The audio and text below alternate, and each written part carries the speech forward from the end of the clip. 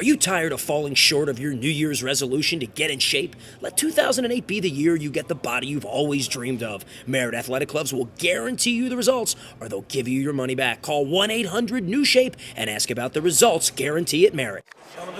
Welcome back in for 11. We are live at Radio Row out in lovely Phoenix, Arizona. I guess it's lovely. I haven't been outside. I have no idea.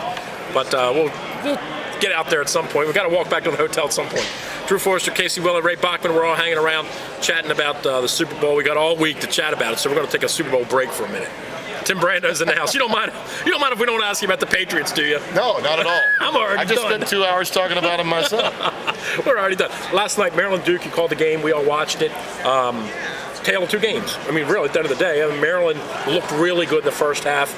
Duke, it looked like Krzyzewski was starting to panic a little late in the first half, but he made some adjustments, obviously, in the second half. And defensively, they stepped up. Maryland couldn't shoot in the second half. Turnovers, everything that could have gone wrong for Maryland went wrong, right? Yeah. In the second half, I mean, they actually continued to shoot the ball pretty well on whole. Now they scorched the nets. I think they were 65%. 62% at halftime. They wound up shooting 55. Right. So which is going to win you most games. At home, yeah, all the time. Right. You're supposed to win if you shoot 50% or better.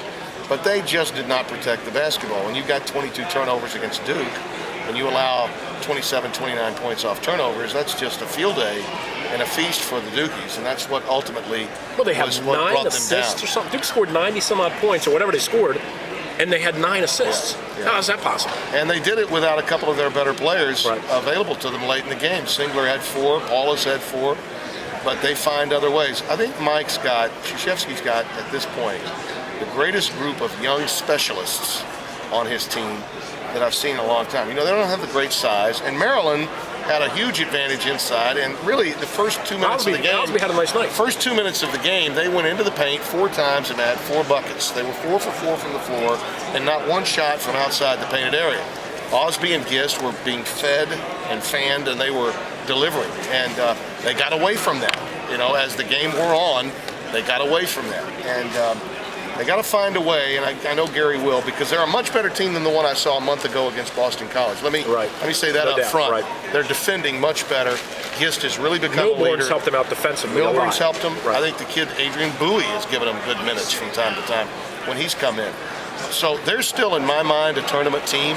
I think because of the bad non-conference losses, they need to probably finish at 500 or better in the league, because they've got some really ugly non-conference losses. American U and Ohio U. So they're gonna, but I think they're capable of doing that in the ACC, because other than Duke and Carolina, Clemson is probably the most athletic to go along with Maryland. But I think those two are the more athletic teams in the league. And Miami's hot and cold. Miami's good one week, not good. They got off to a great start. All those teams with 2 and 3 losses, especially the 3-loss teams, that they're all fighting for maybe 2 or 3 bids that are going to be available come tournament time. And I think Maryland's got every right to believe that they're an NCAA team. But that being said, Greivis Vasquez, you don't want to take away what makes him special, and his emotion and his energy is a lot of that.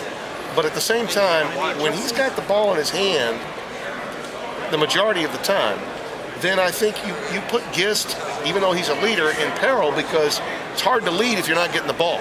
And I think that Hayes is a much better protector of the basketball than is Vasquez. Might not be as flashy. Well, he's not as flashy. He may not be as much of a contributor, but he's not going to lose the ball.